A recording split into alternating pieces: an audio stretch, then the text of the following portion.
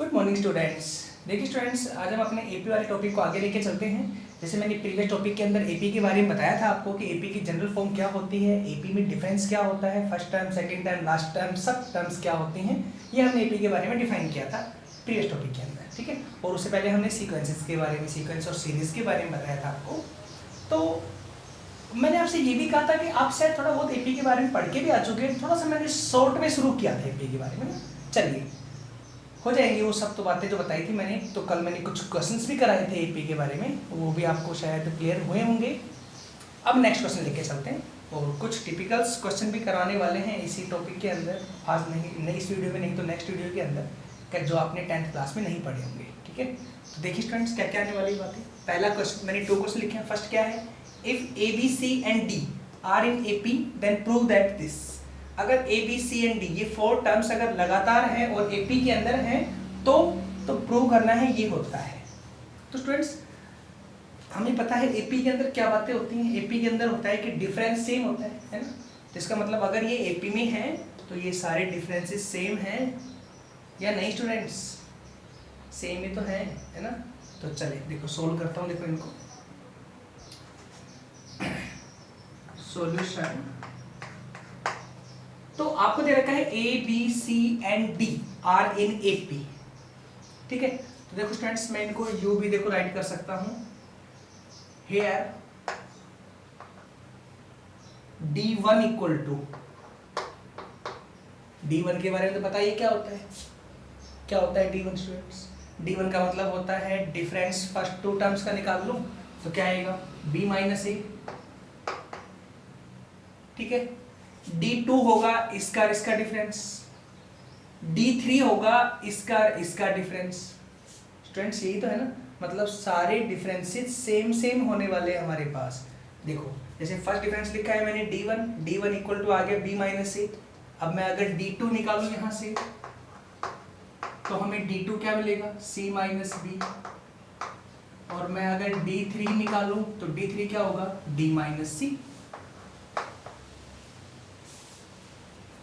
देखिए इस तरह से हमारे पास इनके डिफरेंस आने वाले हैं स्टूडेंट्स, जो आपने यहाँ पे लिखे हैं या हमें लिख के दिखाए हैं ये वाले। तो देखो मैं इनको किस तरह से कर सकता हूँ, आपको ये वैल्यू चाहिए ना इक्वल, तो मैं देखो ए बी सी डी यही चाहिए ना। चेक करो ए बी सी डी किस में आ रहे हैं, इसमें ए बी सी डी, मतलब इसमें नहीं आ रहे ना। तो अगर ये ए पी है तो ये वाला पार्ट और ये वाला पार्ट दोनों सेम होंगे, है ना। गिवन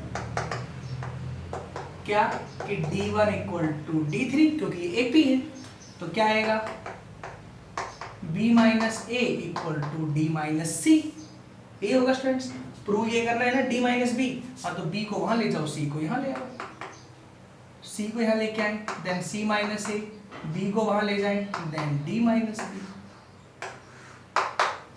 ये प्रूव करना है, हैंड्स प्रूव्ड हो गया प्रूव। सिंपल सी फॉर्म है, कोई बड़ी बात नहीं है। यहां से हम एक रिजल्ट और भी ले सकते हैं स्टूडेंट्स, देखना आप बताओ रिजल्ट क्या होता है।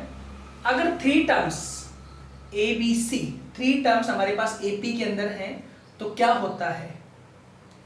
देखिए जैसे ये 3 टर्म्स थी एपी के अंदर, मान लीजिए अब मैं अगला क्वेश्चन बता रहा हूं इसी के अंदर। तो 3 टर्म्स में D1 B माइनस ए, D2 C माइनस बी होगा, फिर ये नहीं आएगा क्योंकि 3 टर्म्स ही मेरे पास एपी के अंदर है। दोनों इक्वल होंगे, दोनों इक्वल होंगे तो क्या लिखेंगे आप B minus A equal to C minus B, B यहाँ ले आओ 2b equal to A plus C, ये केस बन जाता है। मतलब कहने का ये हुआ कि अगर 3 टर्म्स एपी के अंदर हैं, 3 टर्म्स 3, तो फर्स्ट सेकंड टर्म्स का डबल, सेकंड टर्म का डबल फर्स्ट और थर्ड के सम के इक्वल होता है। सेकंड टर्म का डबल फर्स्ट और थर्ड के सम के इक्वल होता है।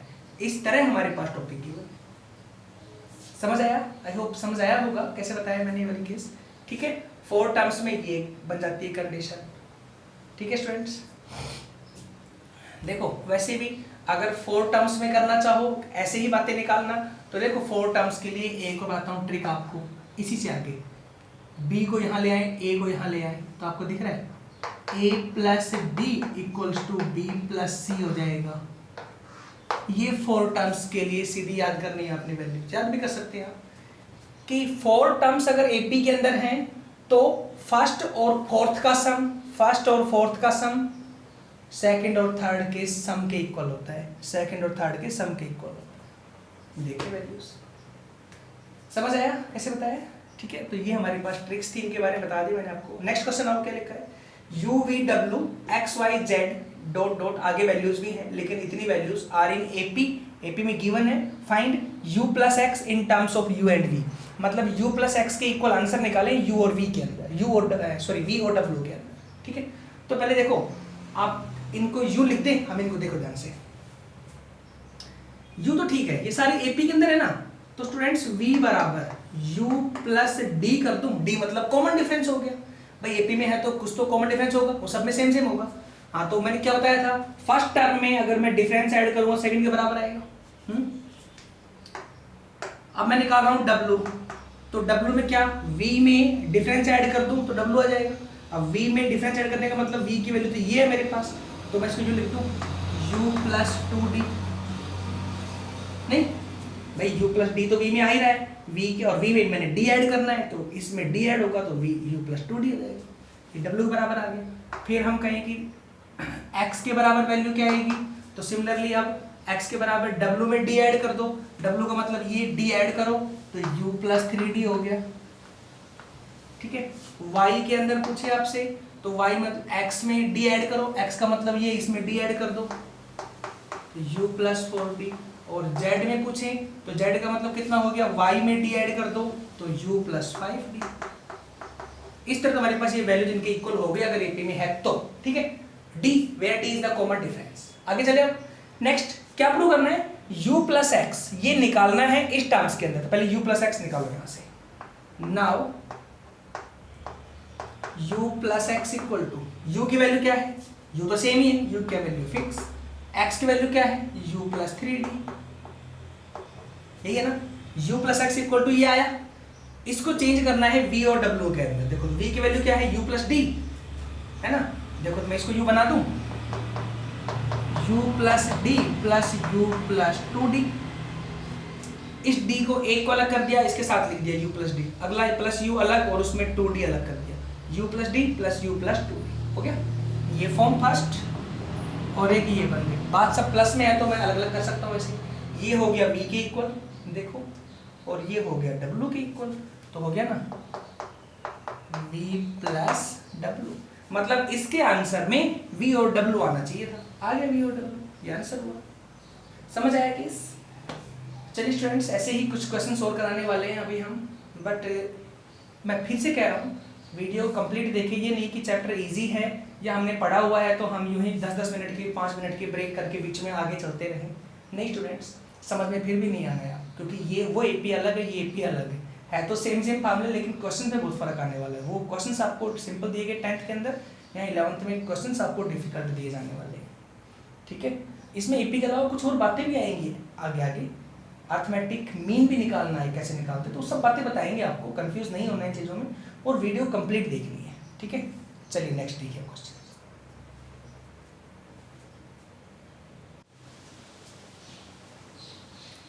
देखिए स्टूडेंट्स, मैंने यहाँ पे 2 क्वेश्चन लिखे हैं। क्या है फर्स्ट क्वेश्चन, 8 माइनस 12 आइटा, कोई एपी है, 7 माइनस 10 आइटा, 6 माइनस 8 आइटा, ये कोई एपी दी गई है। फाइंड एन मतलब nth टर्म्स निकालने हैं आपने इसकी, वो कैसे आएगा nth टर्म्स।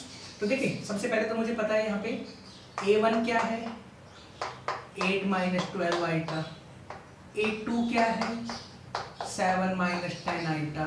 तो स्टूडेंट्स d क्या हो जाएगा, d मतलब डिफरेंस, और AP है तो D1 D2 नहीं निकालने हैं, AP गिवन है तो D ही आएगा, वो फर्स्ट 2 टर्म्स को लेस कर लो।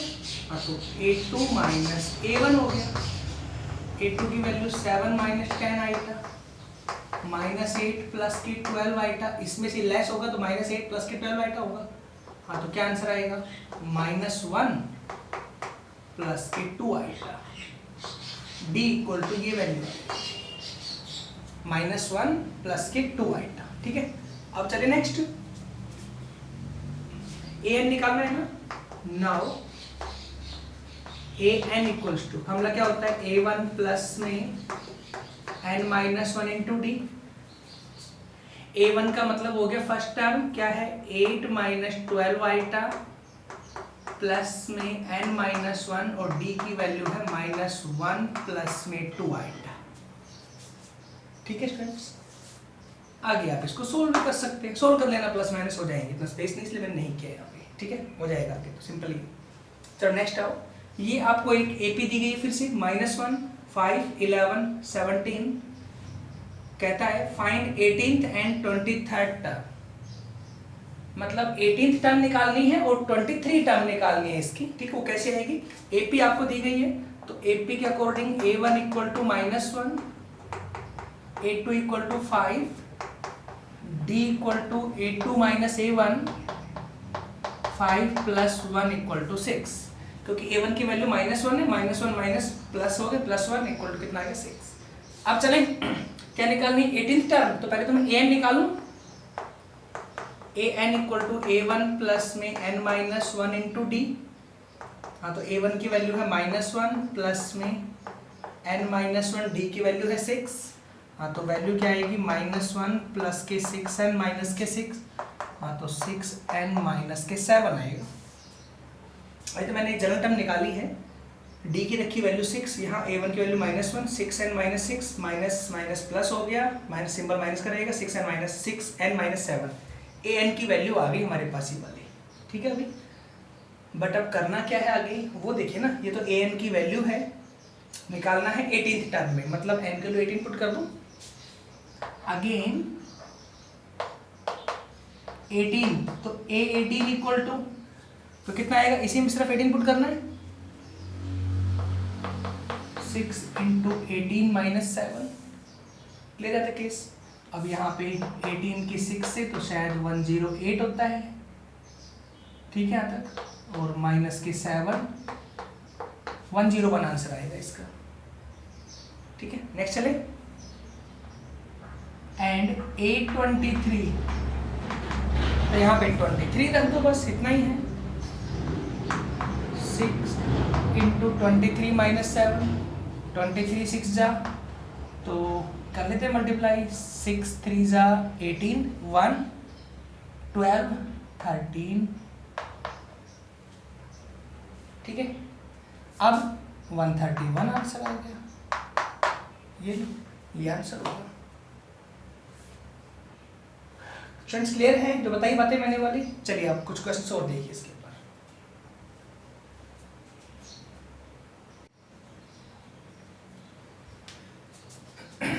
देखिए मैंने नेक्स्ट क्वेश्चन डिफाइन की यहाँ पे, which term of the AP is this.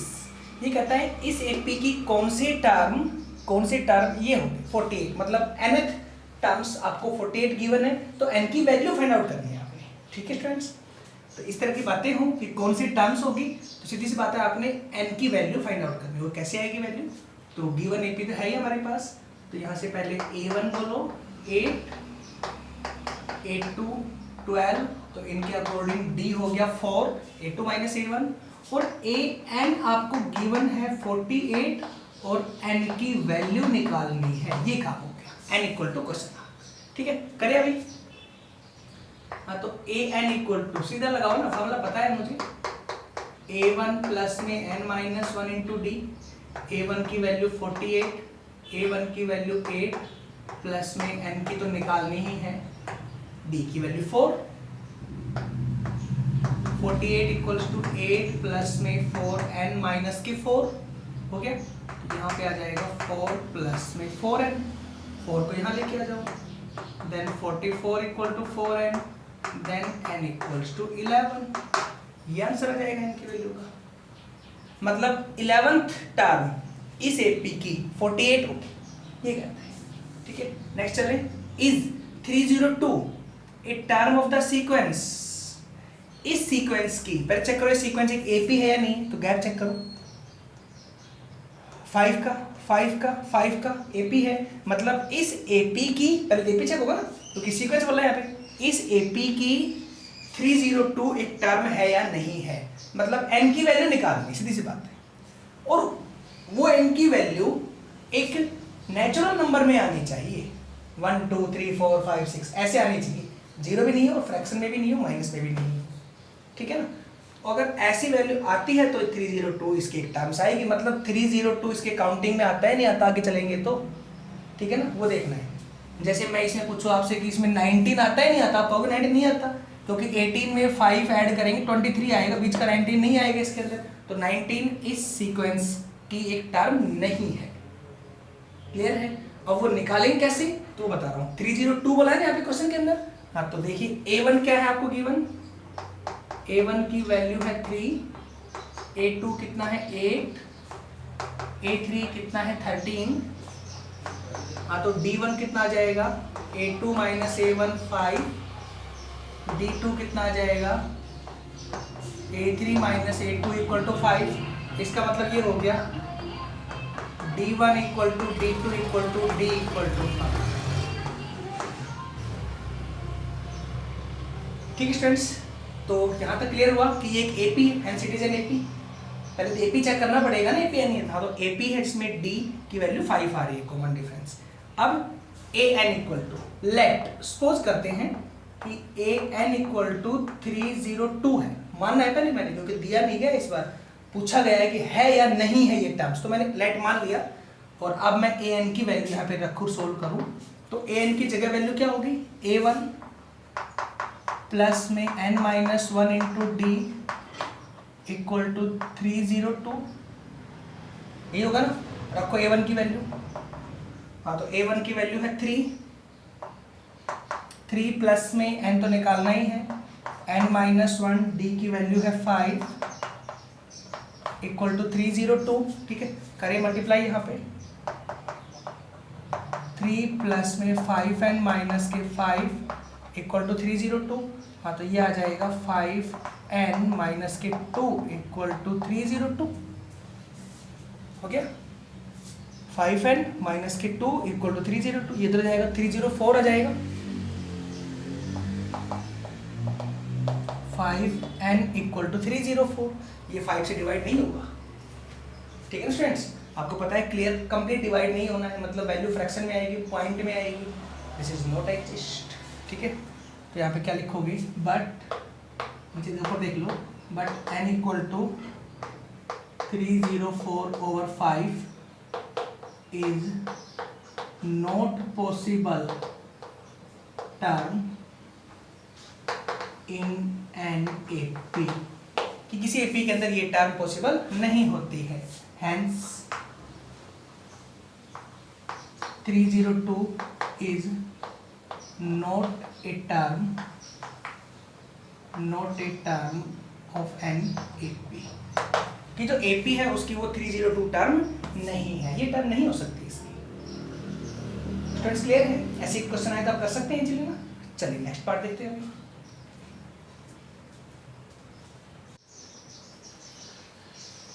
तो देखिए स्टूडेंट्स, 2 क्वेश्चन लिखे मैंने यहाँ पे फिर से। फाइंड k, फर्स्ट क्वेश्चन है, show that k + 2, 4k - 6 and 3k - 2 are 3 consecutive terms of an AP। क्या होती है कॉन्जिक्यूटिव टर्म्स? लगातार 3 टर्म्स हैं AP के अंदर। ठीक है, इसका मतलब ये होगा, सेकंड बताएंगे। तो k की निकालनी है वैल्यू, तो मैंने क्या बताया था, ये 3 टर्म्स AP के अंदर है, तो बीच वाले का डबल फर्स्ट और थर्ड के सम के बराबर होता है, सीधा। ठीक है ना यहाँ तक? तो क्या लिखेंगे, we know that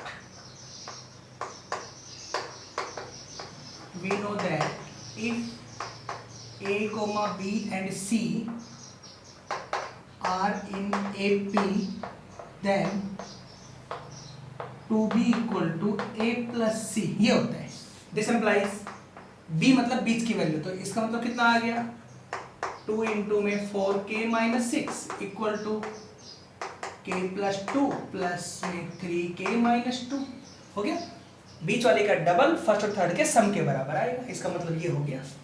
this implies, तो क्या आएगा, 8k माइनस के 12, 4k, 2 से 2 कैंसिल हो गया, इधर लेके आ जाओ, then 4k equal to 12, this implies k equals to 3, मतलब ये 12 यहाँ आएगा। तो कहते हैं k की वैल्यू अगर 3 होगी ना यहाँ पे क्वेश्चन में, तो ये तीनों टर्म्स क्या हैं, AP के अंदर है।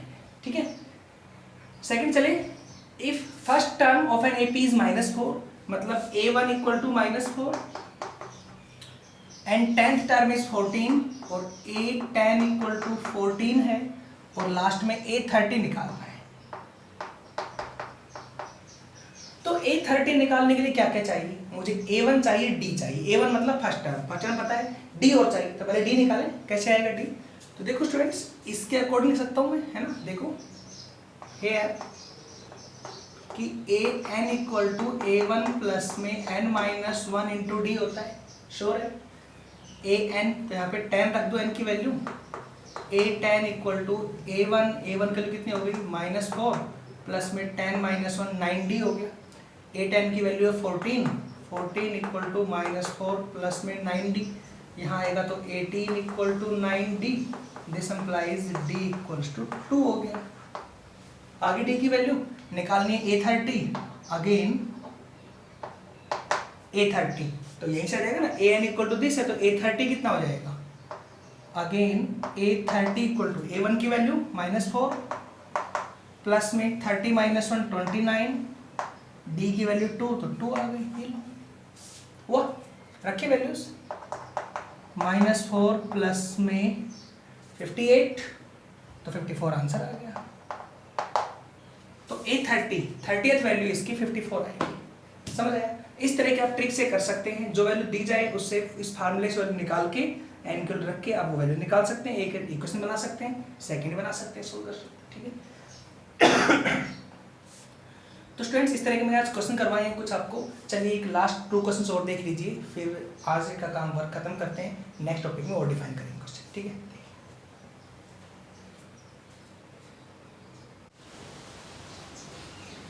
चलिए देखिए स्टूडेंट्स, मैंने एक ही क्वेश्चन लिखा है लास्ट, यही सोल्व करते हैं आज की वीडियो में। थोड़ा कम वर्क देंगे ताकि अपना आप रिवीजन कंप्लीट कर सकें।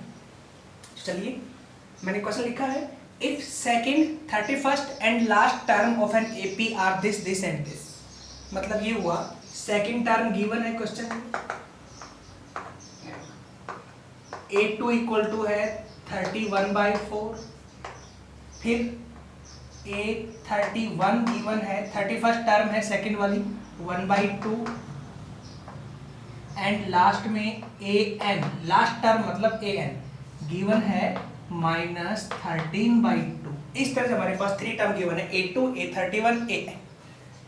क्या कहता है क्वेश्चन में? Find first term and number of terms. n निकालना है और A1 निकालना है। ठीक है, जब यहाँ लिख देता हूँ कि आपने A1 का आंसर निकालना है और n का आंसर निकालना है। ये 2 बातें फाइंड आउट करनी है। ठीक है। तो देखो कैसे होगा स्टूडेंट्स, अब मैं यहाँ से सीधा लिखूँ तो क्वेश्चन बना के, सीधी इक्वेशन के बारे में मुझे पता होता है क्या आएगा, तो इसके अकॉर्डिंग लिख दूँ मैं। A1 plus D equal to 31/4। ठीक है। सेकेंड, यहाँ से मैं लिख दूँ A1 प्लस में 30d इक्वल टू 1/2। सही है नहीं है? सीधा लगाया फार्मूला मैंने, होता है ना an का फार्मूला कि एक भाई A1 तो आएगा ही आएगा और इसमें से 1 कम करके d से कर दो मल्टीप्लाई, दोनों में यही हुआ है। ठीक है। इसको यूँ कर लूँ, 4A1 plus 4d equal to 31, इसको 2A1 प्लस में 60d equal to 1। Equation first, equation second, दोनों को सोल्व करो। सोल्विंग फर्स्ट एंड सेकंड, तो क्या लिखो यहाँ पे, 4A1 प्लस में 4d इक्वल टू 31। मैं इसको 2 से कर लेता हूँ मल्टीप्लाई। ठीक है, मैंने इसको 2 से किया तो क्या हो जाएगा, 4A1 प्लस में 120d इक्वल टू 2। भाई 2 से तो क्या है ना, 4 122 माइनस माइनस माइनस, इस तरह सोल्व करते हैं। हाँ, तो यहाँ पे वैल्यू आएगी माइनस में 116d। भाई 120 में से 4 लेस होंगे तो 116 ही बचेंगे, बट नेगेटिव के नेगेटिव आएंगे, और यहाँ पे आ जाएगा 29, then d equal to minus के 29/116। ठीक है स्टूडेंट्स, क्या ये वैल्यू कटती है? सोचे तो शायद ये 29 पे कट जाएगी 4 पे नीचे। देखो मैं 4 किससे करता हूँ मल्टीप्लाई, तो 4 9 जा 36, 3 4 2 जा 8 8 3 11 हो गया ना। हाँ, तो 29 से कंप्लीट कट रही है 4 पे, तो माइनस का 1/4 आंसर आएगा। अब A1 की निकाले वैल्यू, हाँ तो ये उठा के रख लेता हूँ इसके अंदर, तो क्या आएगा, put in first 4a1 minus में 4 into 1/4 equal to 31। 4 into minus 1/4 तो माइनस आगे कर दिया और इक्वल टू 31, ये कैंसिल हो गया। 4a1 और माइनस का 1 बचेगा, उधर गया तो 32 हो गया। सीधी सी बात है भाई, माइनस 1 आ जाएगा तो प्लस होगा, 31 प्लस 1 32। 4 से डिवाइड करें, देन a1 इक्वल टू 4 8 जा 32। तो स्टूडेंट्स हमारे पास क्या क्या बातें आ गई, d निकल गया, a1 निकल गया, a1 तो निकालना ही था, आंसर हो गया a1 का तो 8। अब n और रह गया, तो n के लिए आपको an दिया गया है। Now an equal to minus के 13/2, an की वैल्यू हो गई a1 प्लस में n minus 1 into D equal to minus के 13/2। आपने n निकालना है ना, तो वैल्यू सारी पुट करें। a1 की वैल्यू 8 प्लस में n तो निकालना ही है, n माइनस 1, डी की वैल्यू हो गई माइनस 1/4 यहाँ से, और इक्वल टू माइनस के 13/2। ठीक है, तो क्या करें, 8 माइनस के n/4 प्लस के 1/4, माइनस का ही हो गया प्लस का ही हो गया, इक्वल टू माइनस के 13/2। ठीक है ना।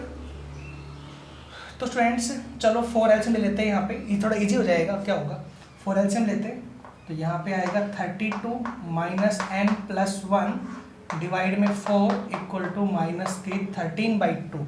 ये 2 से 2 पे कट गया, 2 ऊपर चला गया, 32 plus 1 33 minus n equal to minus के 26। ठीक है भाई, यही आएगा। 2 इधर गया तो माइनस 26 हो गया।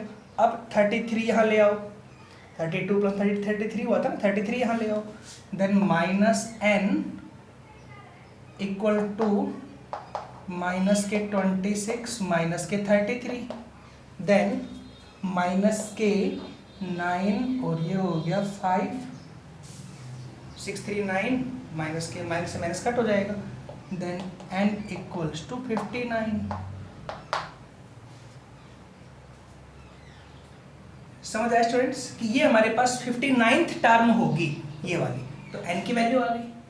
इस तरह से आपने पार्ट शो करना होता है। ठीक है, तो ये सब 10th का ही चल रहा है, मैंने कुछ नया नहीं कराया अभी तक, या कुछ नए क्वेश्चन भी नहीं कराए हैं, सिर्फ 10th तक के क्वेश्चनों का रिवाइज हो रहा है एक बार यहाँ पे।